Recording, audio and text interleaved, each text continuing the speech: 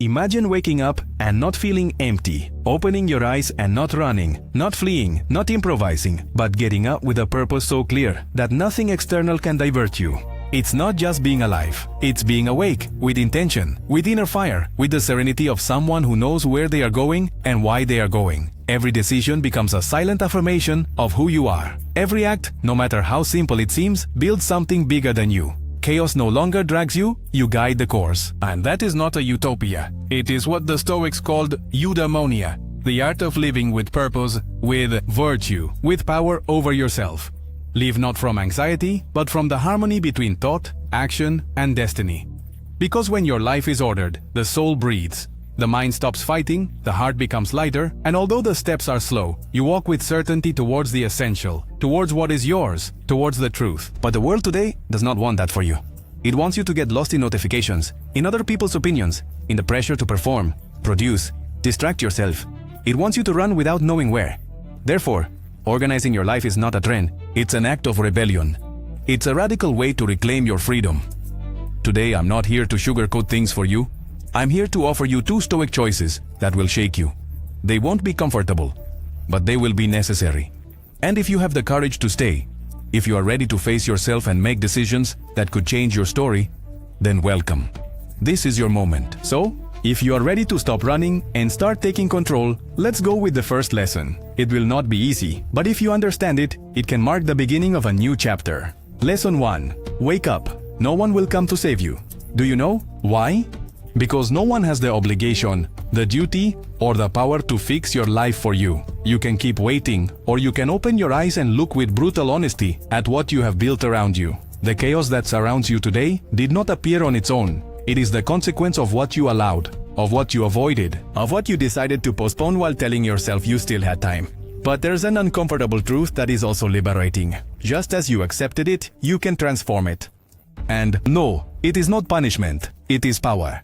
The day you understand that no one else is responsible for how you live, something profound changes. You stop blaming, and with that, you regain strength. You stop waiting, and at that moment you start moving forward. Every excuse is a drain of energy. Every time you take charge, you rebuild. It's not about carrying the world, but about regaining your center. Your life won't organize itself, and no one will do it for you. But you can.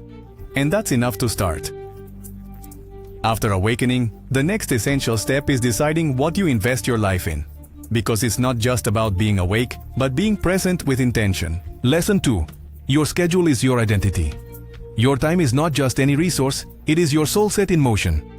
You are not what you dream or what you plan. You are what you do hour by hour, what you prioritize, what you repeat. Every time you say yes to what doesn't matter, you turn your back on what does. And the worst part is that many times you don't even realize it. If you don't consciously design your day, chaos will do it for you. And chaos always chooses out of convenience, distraction, exhaustion. Learning to say no is not selfishness. It is the first act of self-respect. You didn't come to fill your calendar with the urgencies of others, or with noise disguised as busyness. Organizing your day is not about cramming it with tasks. It's about removing the unnecessary. It is about leaving room for what nurtures you, centers you, builds you. Choose with intention and protect your energy as if it were sacred. Because where your time goes, your life goes. And no one else can decide that for you. You already understand that time is life. Now you need to anchor your mind, give structure to the invisible, and that starts with the first and last thing you do each day. Lesson 3. Ritualize your morning and night. The first and last 30 minutes of your day are non-negotiable. They are the foundation of your mental and emotional clarity. If you start the day with noise, you will become reactive. If you end it immersed in distraction, you will wake up disconnected. It's not about magic formulas or perfect routines. It's about building meaningful rituals. Reading a page to elevate your mind, breathing with intention, writing to release what weighs you down, being grateful for what remains. These are small actions that act as anchors, so the world does not enter your consciousness before you do. That it's not the phone that tells you who you are upon waking, and that your end of the day is not an automatic escape, but an act of dignity, a pause. Gratitude, a serene farewell that gives your soul what it deserves. Silence, presence, rest.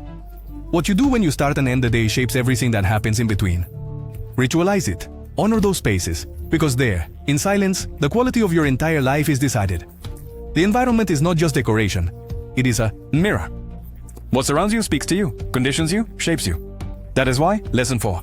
Clean your environment to clarify your mind. Every mess you tolerate outside is a reflection of something you are ignoring inside. And although it may seem insignificant, that silent chaos drains you, overwhelms you, scatters you. The mind cannot focus if it lives surrounded by visual, emotional, or material noise. Order is not an aesthetic, it is a strategy.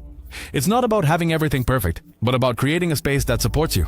Not that to sabotage yourself, organizing your desk, your home, your files, even a pending conversation is an act of self-respect, a way of saying, I deserve clarity. Everything in its place is not just efficiency, it's dignity, because the space you inhabit also inhabits you. And when you clean outside, it frees up inside. Chaos no longer has a place to hide, and in its place, something you had lost long ago appears. Peace, mental. Most people live reacting, running from one urgency to another, putting out fires without noticing that the blaze never ends. That's why, lesson 5. Plan as if your life matters.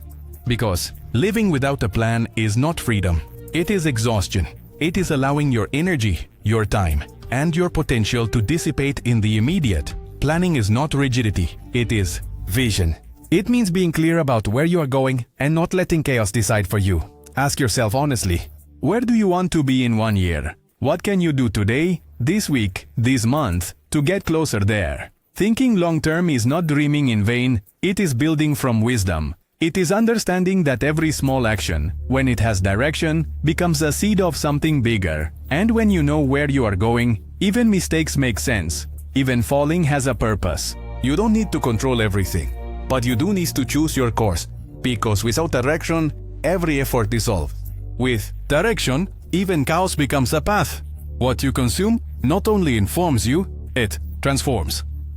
And I'm not just talking about food, but about what you let into your mind every day. So lesson 6, have a mental diet. What you see, what you hear, what you repeat, shapes your world. Interior. The networks, the news, viral content, toxic conversations, they are not just entertainment, they are programming. They are stimuli that condition how you think, how you feel, and how you act. If you don't filter what comes in, you'll end up reacting to things you didn't even choose. That's why protecting your attention is a way of protecting your soul. Not everything popular is valuable. Not everything entertaining builds you up. Just as you carefully choose what you eat, consciously choose what you allow to dwell in your mind.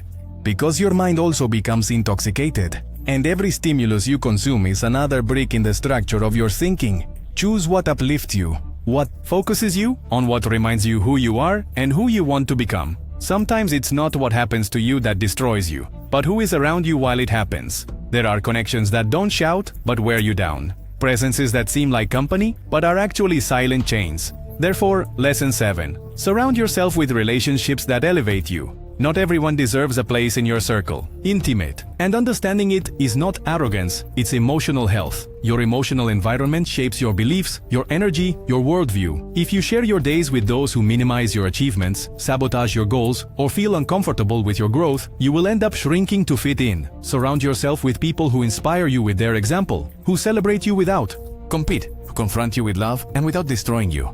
Relationships where you can grow without fear, where you can be yourself without disguise. Because sometimes true freedom is not in leaving a place, but in distancing yourself from those who hold you back.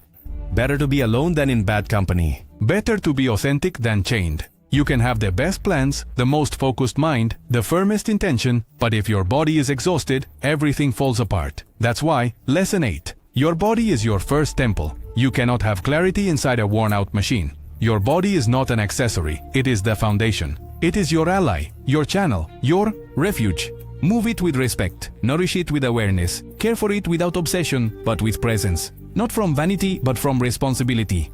Sleeping well, breathing deeply, eating mindfully, and moving with intention are not luxuries, they are foundations. The energy you live with starts there. If you treat your body carelessly, your mind, it will pay. It will become weaker, more scattered, more anxious. But if you strengthen it, if you nourish it, if you honor it, everything starts to align, because you cannot sustain a strong life from a weak body. Your discipline begins with your physiology. Your order starts with the closest thing, with you.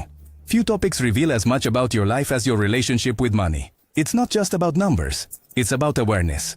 Hence, lesson 9. Organize your money. Organize your life. The way you manage your finances reflects the way you inhabit the world. It's not a matter of wealth, it's a matter of order. You know how much comes in, how much goes out, how much you spend impulsively, and how much out of necessity. Can you distinguish between what you buy to numb yourself and what you choose with purpose? Every peso that goes away without intention is a part of your energy, your work, your time. What is lost? Money is not the enemy, it is a tool, and like any tool, it can serve you or dominate you. Managing it with respect is not greed, it's self-care. Because those who do not control their money live controlled by fear. And when there is fear, there is no clarity.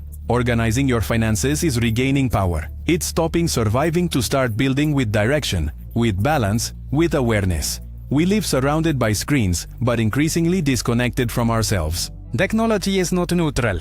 That is why Lesson 10. Technology is not neutral. Your cell phone can be a tool for growth or a prison.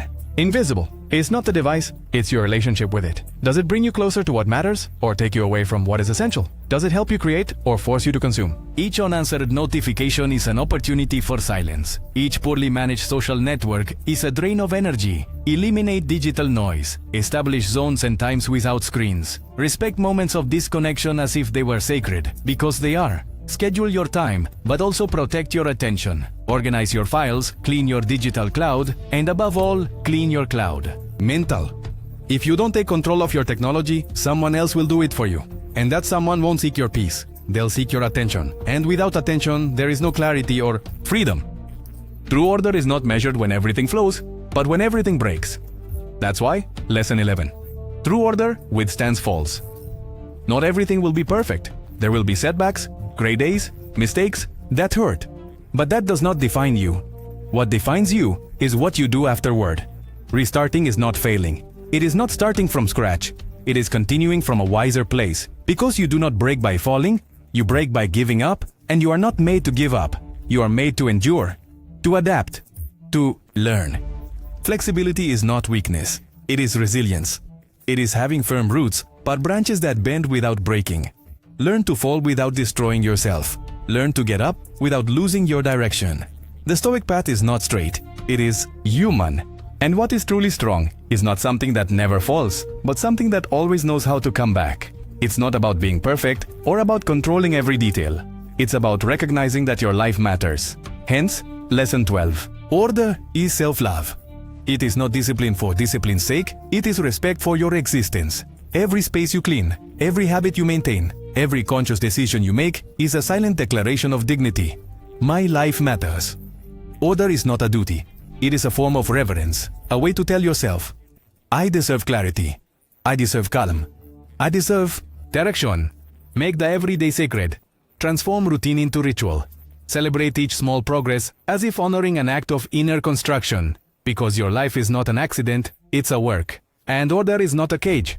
It's the framework that allows that work to have meaning, beauty, depth. Design your existence like someone painting a legacy, because it is. Your life deserves structure, intention, and purpose, not as an obligation imposed from outside, but as a profound act of inner freedom. Order is not rigidity, it is respect. It is telling the world and yourself that you are ready to live with presence. If something about all these stirred you inside, do not ignore it. Do not let it pass as just another nice phrase. Write it, declare it, activate it. From today, I commit to organizing my life. Do not for ego, not for perfection, not for appearance, but for dignity. Because an organized life is not a life without mistakes, but it is a life profoundly yours. A life lived with feet on the ground, eyes looking up, and a calm soul. If this message spoke to you, stay. Because you are not here by chance. You are here because there is a part of you that is already ready to take control. Subscribe, not for me, but for yourself. Because the man or woman who respects themselves trains themselves. And training the soul begins with deciding to organize it.